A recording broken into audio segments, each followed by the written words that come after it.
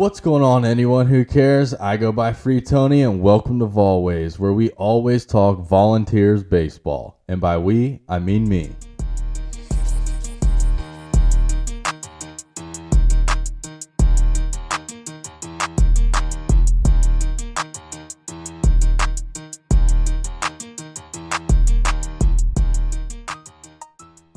Welcome all 20 of you to welcome to episode 5 of Volways. Tennessee baseball advances to 8-2 on the season after they defeat the Charleston Southern Buccaneers by a score of 6-1 on Tuesday and a score of 8-2 on Wednesday night.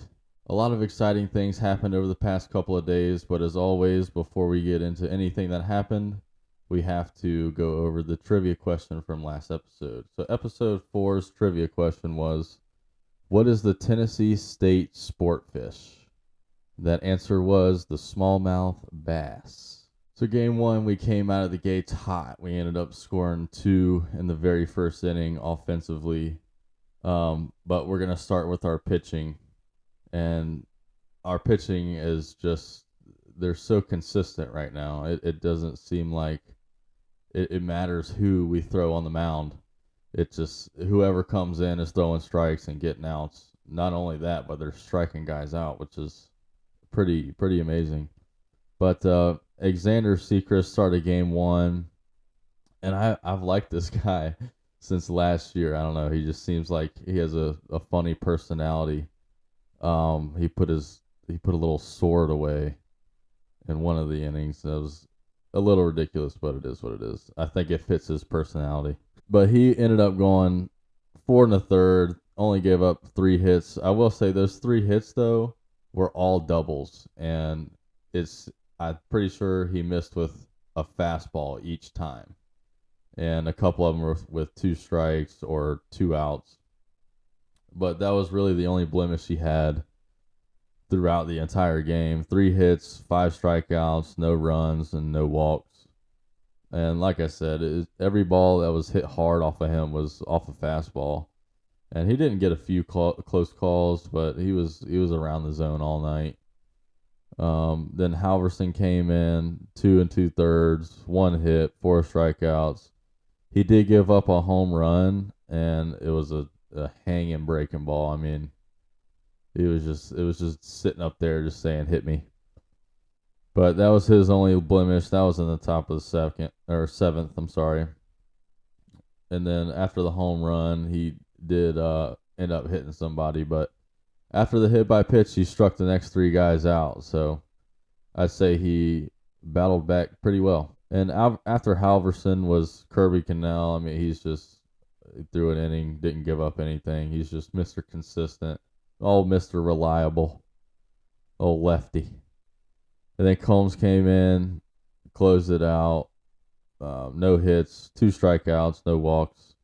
So as a staff, we only gave up 4 hits, 1 run, and had 12 strikeouts. It's a lot of free queso again. I should have started with this. So you see the whiteboard behind me, and I usually have a phrase up there, right?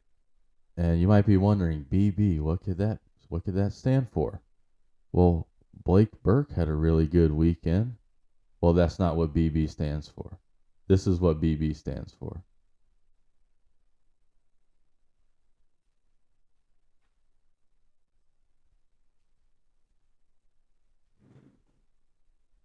Blake Burke was close, but BB stands for Burke and Bullpen.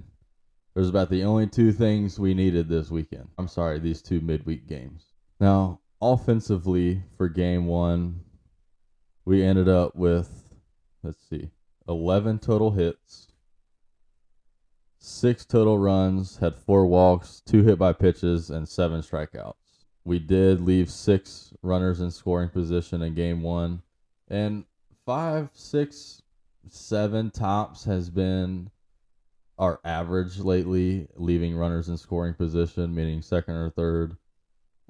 So that has definitely improved a lot and gone way down from our opening weekend. And look what happens. I mean, we're seeing the ball well, and we're winning games. We're scoring runs. We're not leaving as many out on the base paths.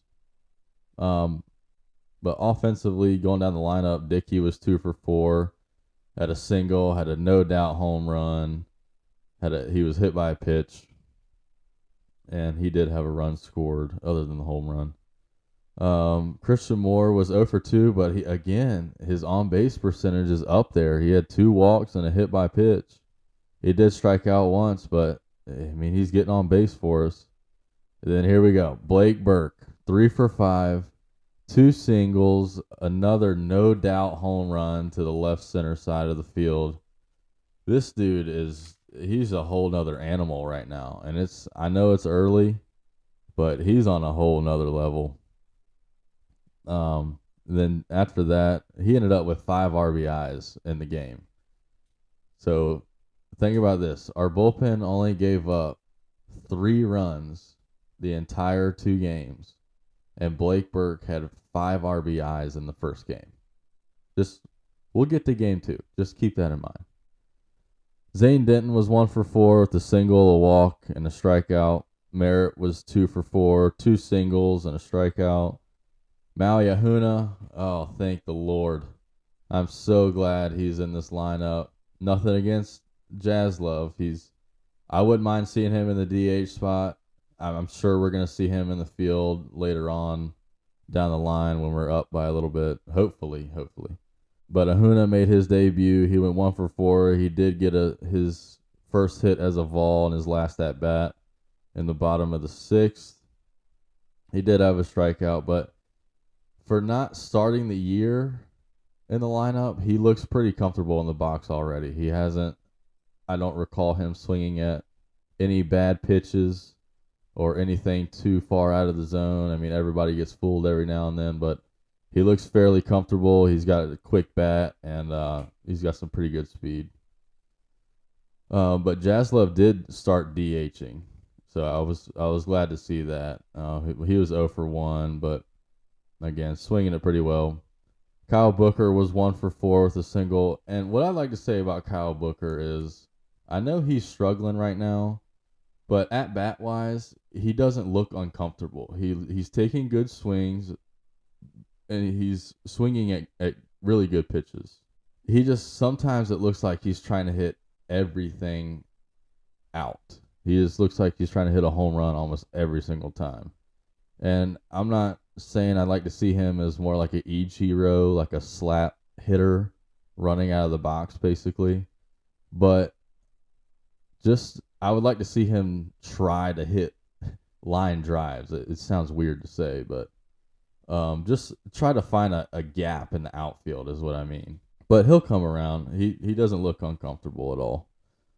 And then rounding it off was Charlie Taylor. He was 1 for 3 with a single, 2 strikeouts. He did have a sac bunt, which I loved, the bunt game. And Charleston Southern did prove that the bunt still needs to be utilized.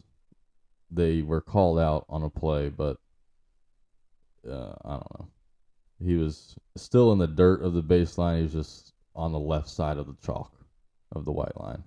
He did have a questionable strikeout call on him, but it is what it is. Christian Scott came in. He was 0 for 1 with a strikeout, but he pinch ran for Griffin Merritt, and he had great base running, taking an extra bag on Ahuna's single. He went first to third, and then Logan Chambers came in and walked. Cal Stark was 0 for 2 with 2 strikeouts, which is kind of surprising. And he started off well. He doesn't seem like he's uncomfortable. It's just, I don't know. It's still early. There's some other notes for game 1 was just some more base running notes. Our defense was good. We didn't have any errors in game 1, but Blake Burke had great base running on Denton's single. He went first to third. And then Charleston Southern center fielder made one heck of a catch, literally jumping into the wall. I just need to give him some credit on that. Overall, in game 1, we looked comfortable. There was a good flow to the game. I actually don't mind this pitch clock. I call it a play clock because it is a play clock. But I I don't really have a problem with it. The only question mark I have with it is why wouldn't you give a batter time under 10 seconds? It's just the pitcher can wait however long he wants. He can wait till 1 second to make the motion to go home, not even the ball in the catcher's mitt. So why can't the batter call time up until that point? That's something I don't understand. But so game 2 is the reason why I have bullpen on the whiteboard behind me. We ended up using 4 pitchers in game 1 and then 7 pitchers in game 2. And we all looked good. Our staff, like I said, in game 1, we seem consistent right now. It just seems like anybody we throw out there is just throwing strikes and letting our defense work if need be. But it seems like most of them are striking most of the batters out. But A.J. Russell started. He went 2 innings, had 2 strikeouts, no hits, no walks. Fitzgibbons came in, 2 innings, 2 strikeouts, a hit, no walks. Andrew Lindsay came in just for an inning, struck out 3, no hits, no walks.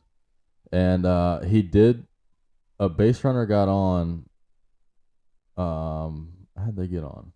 Oh, a base runner did get on off an error, but that runner ended up being stranded at third. So that was a good sign to start the year for him, for Lindsey, to strand that runner at third.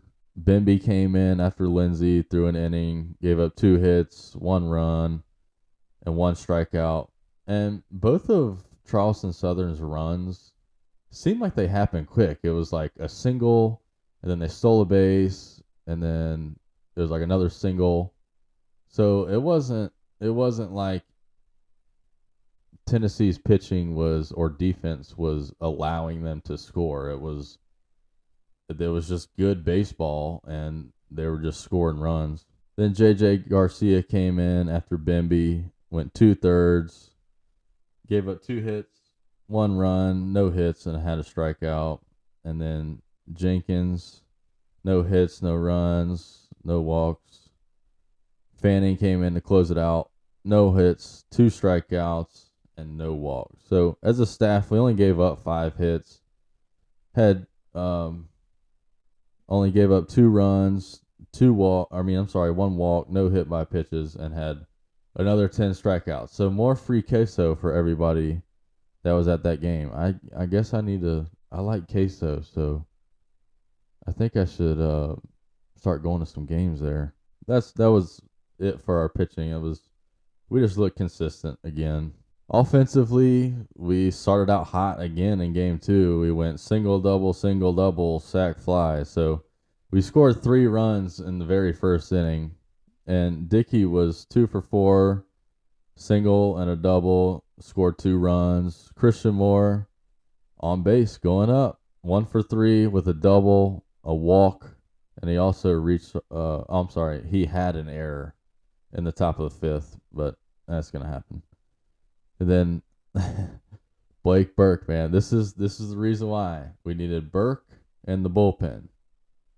Blake Burke, 2 for 4, a single, and another Burke bomb. But this time, for the first time this year, he pulled it to right field in a 20-mile-an-hour headwind. Oh man, this guy's bat is just crazy. It's so fun. It's must-see TV. Whenever he's coming up, when you see Christian Moore come up, you're not walking around away from the TV. That's just the bottom line. You're gonna stop what you're doing to watch this guy's at bat, just to see if he hits a home run. And if he doesn't hit a home run, he's probably hitting another ball that's 120 miles an hour off the bat. But yeah. 2 for 4, single, a home run, and another 4 RBIs. So this man had 9 RBIs in 2 games. Oh, man, that's incredible. Then after Burke, I mean, Zane Denton is a great kid to have after Blake Burke. Denton went 2 for 4 with a double, a single. He had an RBI. And then Griffin Merritt was 1 for 2 with a sac fly and a single, had an RBI. Ahuna was 1 for 4, got another hit as a Vol with a single, had a strikeout, but he also just missed his first home run as a Vol in the bottom of the third. And to me, it seems like 1 through 7 in our lineup is pretty set. I'm sorry, 1 through 6 is pretty set. But 7 through 9 is still in question. And the great / sad part is we have so many guys that can fill that role. It's just so hard to pick which one to put in the lineup almost every day. That's why Tony gets paid the big bucks, and I'm just sitting here expressing my feelings on how the season is going. But after Ahuna, Inslee was 1 for 3 with a single and a walk. He had a strikeout, but he also had 2 stolen bases, and he looks very comfortable in the box. He's another one that just takes good swings. He looks like he's seeing it really well. And he's a little quicker than I thought. I'll admit that. He's a little quicker than I thought. And then Dreiling was 1 for 2 with a single and 2 walks. He was thrown out at third in the bottom of the second for the first out. That's kind of a no-no, making the first or third out at third base.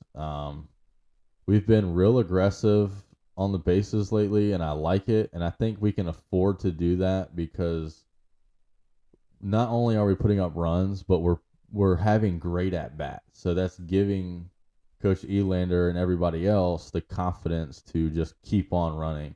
Even if we may run ourselves out of an inning or run ourselves into an out, we can be aggressive because we are scoring runs. Cal Stark was on the books 1 for 2 with a strikeout. Watching at home, I thought it was a fielder's choice. The third baseman kind of threw the ball to second base, and it went into the outfield. I don't know what's going on there. I ruled it a fielder's choice. So in my book, he was 0 for 2. I don't really understand that, but hey, batting average is going up. I'm not complaining. That's his stats. And then Reese Chapman came in to pinch hit. He was 0 for 1, but he almost hit his first career home run as a Vol.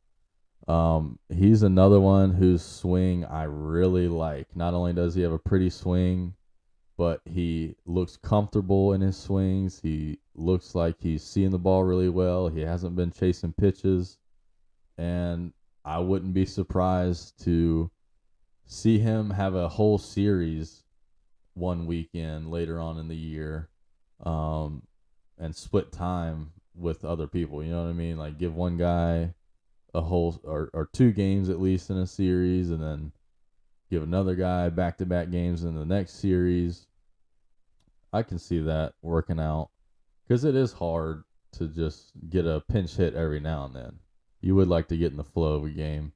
And they're, like I said, they're putting good at-bats together, so it's not like there's no confidence in these players to play in back-to-back games. Now, if people were chasing pitches and just striking out looking all the time, yeah, you probably wouldn't want to give that guy back-to-back games. But just sitting here venting my thoughts. Kendro was then 1 for 1 with a single. He hits the ball hard every single time he's up at the plate, it seems like. Payne 0 for 1. Miller he had a hit by pitch. Christian Scott, he was 0 for 1. But the ball that he hit was, had to be close to 100 miles an hour off the bat. The third baseman, he just made a really good play. And he came in to pinch run for Griffin Merritt. What inning? The bottom of the 5th.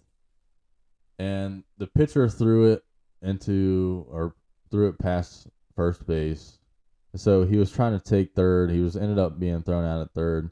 But that's another one that's like, I don't know. We're up, so we're trying to push the line to see how much we can get away with and see what we can do down the line later on in the year. So I really can't complain too much. It was an aggressive base running play. There really wasn't anything on the line if he was thrown out. My only complaint in week 1 was we went first to third with 2 outs, and it's a 1-run game. So that's definitely a situation where you don't want to go. But in this situation, we're up by a few runs. I mean, let the kid run. Just see what happens. He's going to take a perfect throw, right? Tavares Tears, he was 0 for 1. Charlie Taylor reached on an error. The only other notes I have for game 2 was our defense had a really, really, really good relay throw to get the runner at second base in the top of the 7th. It's not really a complaint, this one, but there were definitely some borderline calls that went our way. I can think of a couple when Blake was batting that looked really close to being a strike. And if he wasn't seeing the ball as well as he is and hitting the ball as well as he is, sometimes that'll give you the benefit of the doubt because the umpire will trust that it's not a ball if you're not complaining and you're swinging at pretty much anything that's close. So yeah, that was pretty much it for game 2. It was a lot of fun to watch. We started out hot, but then we got kind of lazy, I'll say. Our energy started going away, and we got kind of stagnant until Burt came back and just hit another monster home run. Before we end it with the trivia question here on episode 5, I just want to send my condolences to Zakai Ziegler of the basketball team. No official word when I'm recording this so far, but it doesn't look good. Really hoping it's not an ACL, but man, we're going to miss that guy, especially in the next few weeks when we try to make this run to the Final Four. But my prayers are going out to you, my man. Nobody likes to see that. Everybody hates that for you. But episode 5's trivia question is, in what city is Elvis Presley's Graceland residence and tomb? That's an interesting one. That's one I've never really thought about. But that's it for episode 5. If you could, anybody who's watching that made it to the end, if you feel like subscribing, it doesn't cost anything. Just subscribe. Give it a thumbs up if you want.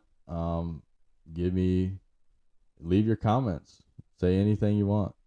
I will be back after this weekend. Tennessee plays Gonzaga in a 3-game series, Friday, Saturday, Sunday. We're looking to sweep again. It'd be a really, really big start to the year after dropping our first 2. If we can come out and win these next 3 and move on to 11-2 heading into next week. I'll see you guys after this weekend. Go Vols. Peace.